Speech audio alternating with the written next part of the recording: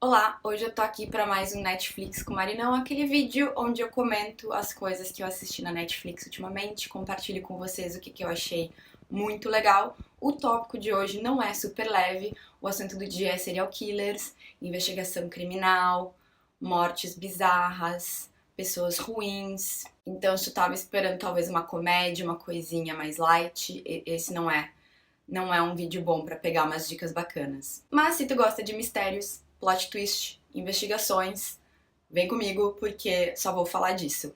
A primeira indicação do dia chama The Alienist. É uma série de ficção que tem um elenco mara. Tem a Dakota Fanning, tem o Luke Evans, tem aquele ator alemão que eu nunca lembro o nome todo dele. A história é a seguinte: Nova York, 1890 e alguma coisa.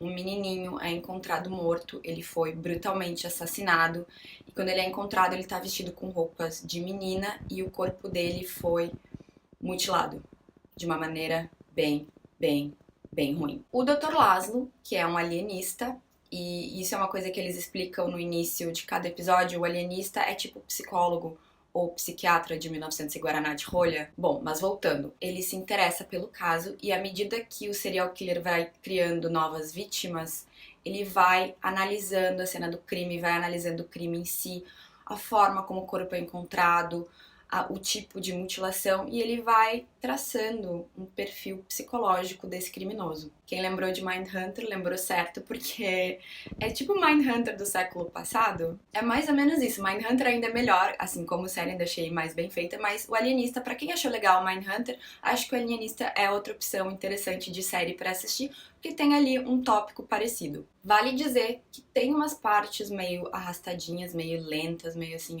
vou pegar no sono, mas como eu tava tão curiosa pra saber quem é que tava fazendo aquilo e o mais importante, por que aquela pessoa tava fazendo aquilo daquele jeito, vi tudo rapidão até o final. Gostei, se por um acaso tu assistiu e achou meio parada em algumas partes, não desiste, vale a pena. É uma série bem legal. Próximo item da lista é uma minissérie francesa, chama Le Chalet. E essa minissérie eu devorei em uma noite. Eu não consegui parar de ver. Caso tu goste dos livros da Agatha Christie, talvez tu conheça o livro E Não Sobrou Ninguém ou E Não Sobrou Nenhum. E Não Sobrou Nenhum, o caso dos 10 negrinhos. Eu li esse livro, sim, eu tava no colégio ainda, era adolescente, tinha, sei lá, 13 anos, 12 anos, não sei. Primeiro livro de investigação que eu li na vida e meio que ali começou a minha obsessão por esse tópico. Mas eu só tô dando esse exemplo porque Le Chalet é tipo a versão francesa desse livro da Agatha Christie, porque ao invés das pessoas, desse grupo de pessoas ser reunido numa ilha deserta e começar a morrer à torta e à direito, a gente tem um grupo de amigos e de conhecidos de infância que se reúnem num chalé nos Alpes franceses. Esse chalé ele fica numa cidadezinha muito isolada e aí coisas estranhas começam a acontecer, pessoas começam a sumir e a gente sabe que esse chalé ele tem um passado meio tenso. A gente não sabe exatamente o que aconteceu, por que aconteceu, mas a gente sabe que algo ruim ali ocorreu e que tá tudo ligado. Então tu tá assistindo, as pessoas vão sumindo, vão morrendo e tu quer juntar as pecinhas, tem flashbacks mostrando aos poucos o que se passou antigamente. E tu tá ali, a Lucy Crazy, tentando desvendar o mistério todo, como é que as coisas estão conectadas, como é que a gente chegou àquele ponto. Tem vários plot twists, alguns mais óbvios, outros nem tanto, e realmente foi aquela história que do início ao fim, e eu tava vendo e disse, meu Deus, é o livro da Agatha Christie nos Alpes franceses. Amei mesmo, e pra quem gosta de série mais rápida, porque são pouquíssimos, são poucos episódios, eu vi tudo numa noite, tudo bem que eu fiquei acordada, sei lá, até 5 da manhã, mas é relativamente rápida de assistir, porque eu acho que não tem nem 10 episódios, são 6, 7, 8 talvez. Mas é boa, é bem boa. Outra dica legal, mas mais pesadinha, foi uma dica de uma leitora, que aliás eu não lembro o nome, mas por favor comenta aqui, deixa teu nome pra tu receber todas as glórias e os obrigados de todo mundo, porque foi uma dica ótima há horas não, anos, que procuro séries ou então podcasts sobre crimes do Brasil e finalmente apareceu na minha vida uma coisa chamada investigação criminal. Essa é uma série documental brasileira sobre crimes famosos do Brasil, tipo Suzane von Richthofen, Isabella Nardoni, o caso do assassinato do Glauco, o cartunista. E essa série, ela é bem simplinha, a produção é bem simples. Alguns títulos, ou melhor, todos os títulos parecem animações de texto do PowerPoint, mas o conteúdo é bacana. Por quê? Porque aí tu tem peritos, tu tem delegados, tu tem médicos que trabalharam na autópsia, por exemplo, explicando casos famosos do Brasil. Então, aquelas pessoas que estavam envolvidas naquela investigação estão ali te contando aquele caso através de entrevistas. É pesado porque tem umas histórias horríveis, tipo a da Isabella Nardoni, que era aquela menina que não sei por que o pai dela achou que seria uma boa ideia jogar ela da janela. Pessoas envolvidas em investigações criminais famosíssimas no Brasil dão seus relatos, explicam. Então, pra quem gosta de procedimento, pra quem gosta dessa coisa de perícia, cena do crime, eu acho fascinante como tu pode, por exemplo, tu não, né? Não é qualquer pessoa, como, sei lá, um perito vai lá, ele olha uma mancha de sangue na parede, porque a mancha de sangue tá indo para aquele lado, então ela sabe que a pessoa foi acertada enquanto ela tava deitada, a pessoa que tava batendo nela tava de pé e tava, sei lá, acertando em um ângulo assim. Eu acho muito, muito foda as pessoas que podem analisar a cena de um crime e mais ou menos descrever o que tava acontecendo ali, sem ter estado ali, só olhando como as coisas estão dispostas. É uma série documental pesada porque tem muita foto de cena de crime, às vezes com o corpo na cena. Claro que o corpo tá embaçado, tá fora de foco, mas é pesado. Por exemplo, no caso da Isabella Nardoni, isso eu nem sabia que podia aparecer na TV, mas o legista tá ali, tá explicando que ela chegou para ser examinada e ela tava com a língua para fora da boca e aquilo indicava que ela tinha sido asfixiada. E aí eles mostram uma foto dessa parte dela aqui.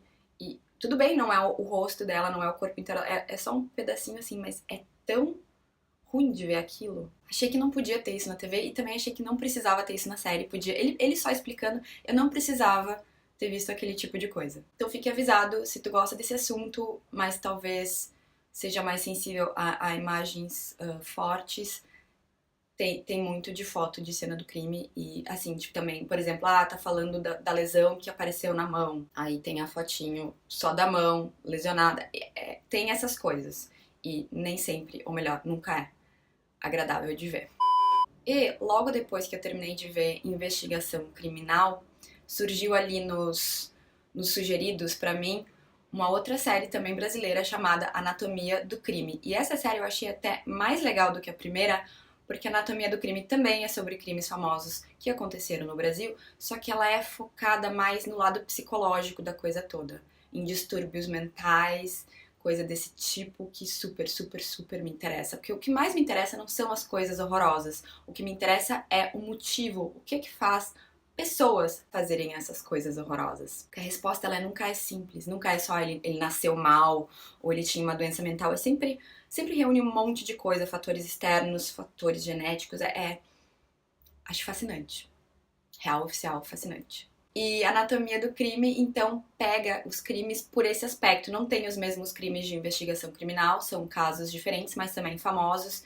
Tem o daquele menininho, ele ficou preso pelo cinto de segurança e ele foi arrastado por quilômetros, as pessoas na rua gritando, tem uma criança presa e os criminosos continuaram tocando ficha. Então tem esse caso, eu não vou lembrar o nome do menino, mas foi uma história assim, horrível, é horrível, essa história é horrível. A primeira também que contaram, que eu nunca tinha ouvido falar, que é de dois adolescentes bem jovens, assim, uma guriazinha e um gurizinho foram acampar no meio do mato. Aliás, eu não sei porque que as pessoas se metem. Nada de bom acontece no meio do mato, nunca. Na melhor das hipóteses, tu vai ser picada por um bicho estranho. Na pior das hipóteses, vai acontecer o que aconteceu com eles. Um grupo de homens, liderados por um cara que era também bem jovem, resolveu assaltar eles, como eles não tinham nada de valor. Eles sequestraram os dois, mataram o namorado bem rápido e ficaram com a guria por um tempo, fazendo coisas horríveis. Esse assim, eu acho que se eu pudesse pensar o que seria a pior coisa que poderia acontecer comigo ou com uma pessoa que eu amo, acho que seria isso. Esse eu fiquei assim, eu assisti um, fiquei mal e demorei um tempinho até começar a assistir os outros de novo, porque esses dois tem que, Anatomia do Crime e Investigação Criminal tem que ter um estômago mais forte, porque apesar de muito interessantes, são bem tristes e rola uma deprê violenta. Ainda no assunto de crime real, tem uma série documental bem curtinha, são só 4 episódios, que estreou agora há pouco, chama Gênio Diabólico, e é uma das histórias mais inacreditáveis que eu já ouvi na minha vida. E eu não sei como é que eu nunca tinha escutado esse caso antes, mas o que acontece é o seguinte. Num belo dia, início dos anos 2000, esse entregador de pizza, ele entra num banco com uma bengala, que também é uma arma. Tipo, sério, como se fosse o filme do James Bond. Ela não é tão bem acabada, ela é bem tosca, mas é uma bengala que também é uma arma. E aí tu nota que aqui assim, por baixo da camisa dele, ele tem um volume grande. E aí ele entrega um bilhete enorme pra moça do caixa, pedindo 250 mil dólares e também dizendo que ele tem uma bomba, que ele na realidade é um refém e que ele vai explodir, então, por favor, passe aí o dinheiro. A polícia pega esse cara rapidinho e como eles não sabem se a bomba é verdadeira ou não, porque já aconteceu várias vezes de pessoas tentarem roubar o banco com arma falsa, bomba falsa, etc. Eles deixam o cara ali sentado, eles fecham a rua e aí os peritos não conseguem chegar, os especialistas em desarmar bombas ou o que seja, eles não conseguem chegar porque tem um engarrafamento gigante. E aí o cara tá ali sentado e começa um bip, bip, bip, bip, bip, e de repente ele explode. Eu fiquei chocada vendo aquilo. Aquilo tava sendo filmado, aquilo tava na TV, o cara explodiu assim. E aí a polícia começa a investigar, vão olhar o carro dele, vão ver outras coisas, e aí vem que ele tem muitas instruções, é tipo uma caça ao tesouro super elaborada, porque a história inicial do cara é, quer dizer, a história inicial não, a única história que depois ele explodiu e não tinha mais o que ele falar, mas a história dele é que ele tinha sido atacado, tinham colocado aquilo nele, dadas as instruções, ele tinha que assaltar o banco pra então depois conseguir pegar a chave, ou sei lá, aquelas pessoas iam encontrar ele depois pra tirar a bomba dele. Então eles vão olhando aquelas instruções, a polícia vai olhando aquelas instruções, eles fazem todo o trajeto, tipo, imaginando que eles são um entregador de pizza. Eles chegam à conclusão de que mesmo que ele tivesse feito tudo certinho e seguido tudo bonitinho, não teria dado tempo, ele teria explodido antes de tudo terminar. E nesse meio tempo, o que acontece? Um outro colega dele, outro entregador de pizza da mesma pizzaria, aparece morto por overdose, o que é bem suspeito. E pouco tempo depois, um cara liga pra polícia e diz que a namorada dele tá guardando um corpo no freezer.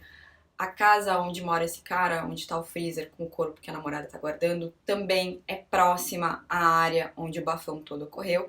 E aí a polícia começa a juntar aquilo tudo e é uma história muito doida. Quem estaria por trás disso tudo, o tal do gênio diabólico, é uma mulher que eles descrevem como ser uma pessoa super inteligente, super manipuladora. Ela deixou um rastro de ex-namorados e maridos mortos no caminho.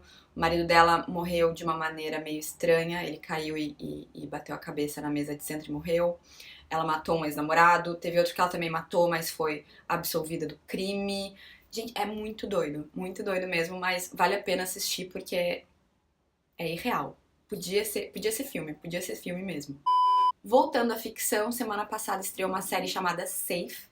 Ela foi criada pelo Harlan Coben, ele é autor de livros de mistério, livros sobre crime, livro com plot twist, reviravolta.